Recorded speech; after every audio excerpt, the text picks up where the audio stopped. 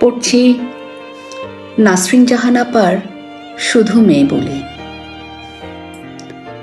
শুধু মেয়ে বলে গর্ভ থেকে ভূমিষ্ঠ হওয়ার পর আমি কাঁদিনি।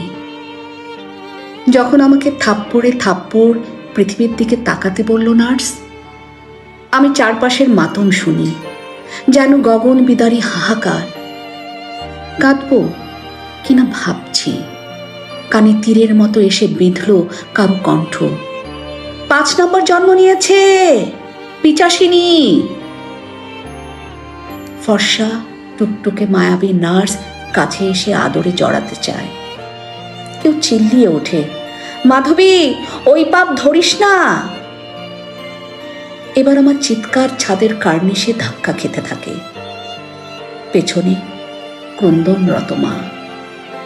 ইতিমধ্যে অন্ধকারের ছায়ায় ছায়ায় মায়ের 3 তালাক হয়ে গেছে। জন্মের ভয়াবহ পাপ নিয়ে মাথা নিচু করে দাঁড়িয়ে আছে বাকি সহোদররা। ছিপছিপে মাধবীর ঘিয়ে রং শরীরে ফুঁড়ে অপূর্ব ঘ্রাণ আসে।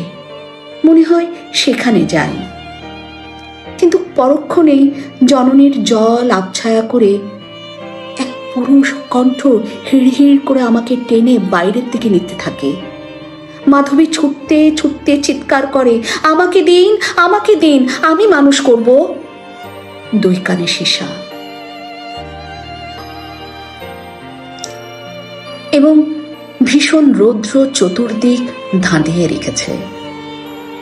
যখন আমাকে সীমাহীন জলের মধ্যে উড়িয়ে দিচ্ছে প্রায়, মাধবী আমাকে উঠতে উঠতে এসে জাপটে ধরল। মাথার কোষ এলোমেলো চক্কর খায়। আমি কোথায় এলাম? কোথায় কোথায় এলাম?